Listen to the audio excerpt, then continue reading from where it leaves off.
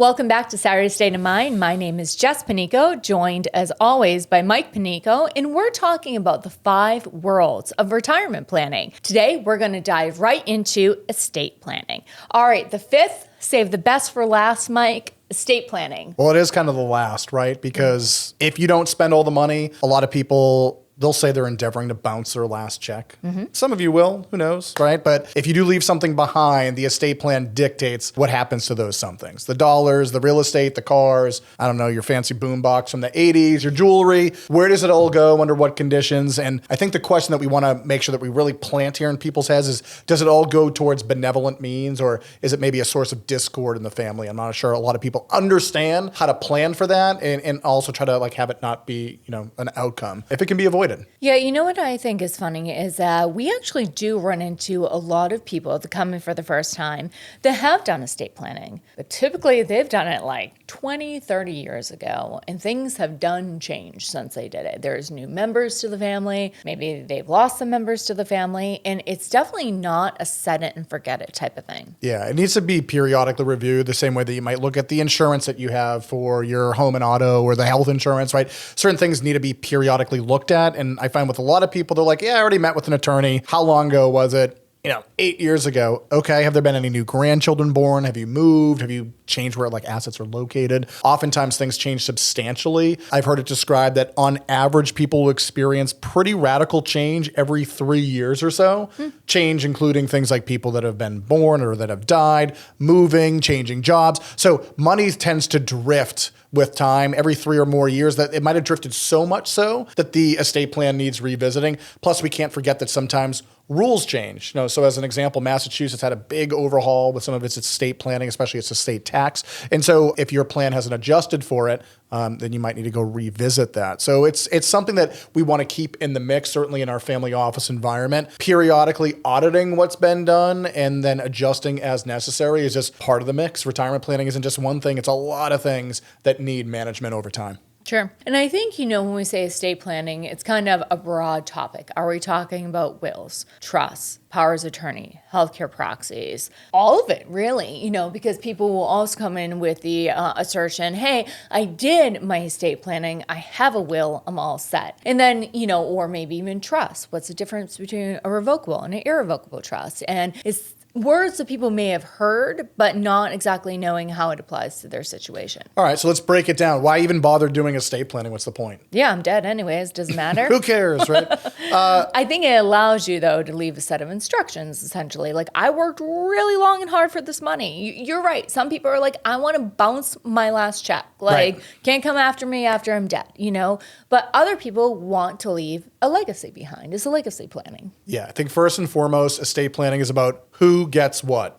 So there's, 2.5 kids. Does that mean we split it 2.5 ways? Do you like one more than the other? Someone's going to get a little bit more than their siblings. Who, though, can also be the IRS, right? So have we done... What's Uncle Sam's portion? Yeah, so we have to be a little bit mindful of that. Also, part of this is who decides. So who gets what? And you're like, well, I like the kids equally. Okay, that's you stating how you'd like for things to be done. But unless your wishes are known, there might be another cast of characters that makes those decisions. So what you were alluding to, Jess, is that once we've established who we want to be involved in the estate plan, we have to know how our wishes are going to be known. And if they're not known, we invite probate into our lives, right? What I don't think a lot of people realize is that oftentimes, even going as far as having a will kind of guarantees probate, because all a will is a set of instructions. So you've left instructions behind who gets what, who lords over that to make sure that the instructions are followed. That's often the state. So depending on where it is that you pass away and your state of domicile, you're going to involve the probate process, a judge, a magistrate, some combination. Certainly too, attorneys can get involved, right, to argue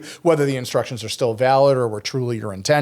People can disagree with it. But what we want to see first and foremost is you want to commit this to writing. The will is a starting point, but it shouldn't be where you stop, because once you put probate into the mix, it causes some, I don't want to say problems, but more so frustrations.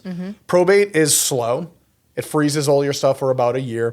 You will almost certainly have to hire an attorney to navigate you through it, which can charge upwards of 1% to 5% of the estate. right? So we're talking Be a about chunk of change. tens of thousands, sometimes hundreds of thousands of dollars just to bring the attorneys involved. People don't exactly agree with the split. And it's not just like the split that comes into question. So like if it's you and two other siblings, splitting, say, an IRA or a bank account 3 ways often isn't an issue. Sure. But we have to look at the assets that aren't so cleanly divisible. So take as an example, a house or mom's engagement ring. Yeah, possessions. Yeah, if there's a house and one of the siblings wants to live there and a second wants to sell it and just take the money and run, and the third wants to fix up the house and rent it, how do we decide like what happens there if the will just says split it 3 ways? Right. And how do you split an engagement ring 3 ways? Right, someone has to like buy someone else out, but then what's the cost? Who gets that priced?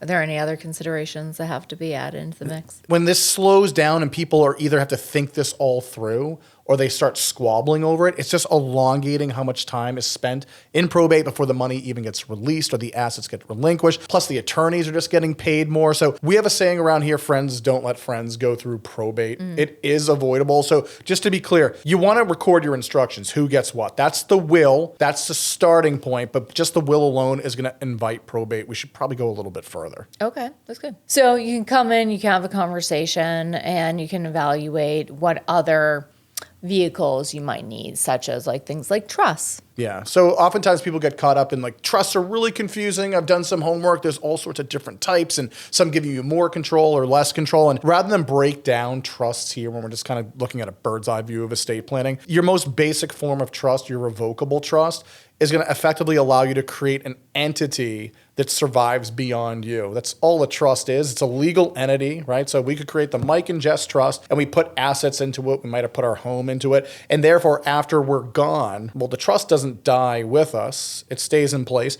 And if there's a will inside of it, dictating what happens to the trust assets, well, the best part about the trust, just right out the jump, is it avoids probate. Because people die, but not entities. So if I have a trust, this thing and everything that's inside of it, if it's drafted correctly, doesn't have to go through a probate process. So we avoid all the hassle of freezing assets, involving the state, involving lawyers, all of that stuff. We kind of front end all of the work. So things are a lot easier for our family in the aftermath. And then, of course, there's other considerations, power of attorneys, medical power of attorneys, or healthcare proxies. There's a lot of other things that go into estate planning. Yeah. But if you want to make sure as you get further into retirement that you're settled when maybe you can't make those decisions yourself, it's a conversation worth having. Yeah, a lot of times we focus exclusively just on the death component of this. I think it's like, the scarier part. So people want to make sure they have the will or the trust done. But sometimes we have to think about, well, what happens if we're just in a position where we're still here, but we're not able to make decisions. We take a blow to the head, we're in a coma, we have advanced age or dementia, and that's causing issues where we can't represent ourselves. Who makes medical decisions on our behalf? Who's able to pay the bills or the IRS every April 15th? If you're not able to cut checks or navigate your finances, you need to have somebody that you trust in charge. Otherwise, the state will appoint someone for you, and it might be a third party outside the family. I mean, it can get really goofy really fast, absent you making those instructions known well in advance. And it's kind of surprising that a lot of people don't even have that conversation. So if you have, one child, maybe that person's going to make the healthcare decisions for you, but do they even know your wishes, like what you want to do? It's a conversation that a lot of people avoid, and I guess it makes sense in doing so. Well, there's one thing between letting somebody know what your wishes are, but then also giving them legal capacity to do something with it. I think this is one of the areas amongst the 5 worlds, Jess, where we see, bar none, the most procrastination because of how either depressing or complicated or just, we're talking about death, we're talking about morbidity, right? I'll deal with this tomorrow or maybe after the summer. Who wants to think about this stuff? But you can get yourself into a lot of hot water. We've seen people firsthand who've had medical situations without these living documents in place. Very specifically, I remember there was one gentleman, because of a cancer, he fell into like a medically induced coma, and all the assets were in his name. So all the retirement accounts, the bank accounts, he was the finance guy between him and his wife. And so she comes to me one day and she says, Mike, I need to take some money out to pay the hospital bills. And I was like, where's the power of attorney? And she's like, what's that? And I'm like, we talked about it. You said you were going to take care of it. And she's like, well, we never got around to it. So what do I have to do here? And there's nothing you can do. Like, you can, just to be clear, you can go appeal to the state and say, hey, listen, I'm locked out of my husband's stuff, but I need access. And that's what I want to do when my husband's unconscious and like a hospital bed, right? But that process can take weeks or months, and it's expensive. You got to bring an attorney along with you. All this hassle, all this worry, all of it totally avoidable if you can just say to yourself and, between you and a spouse, if necessary, we don't want to maybe talk about this stuff, but I'd rather be like prepared with all the right stuff in place than find ourselves caught unprepared in a really sticky situation where there's not a lot of options. It's an uncomfortable conversation, but you owe it to yourself and to your loved ones to have it. So seek an estate planning conversation if you haven't had one already. If this video was helpful, like and subscribe for more. And that does it for our 5 Worlds in Retirement. We'll see you next time.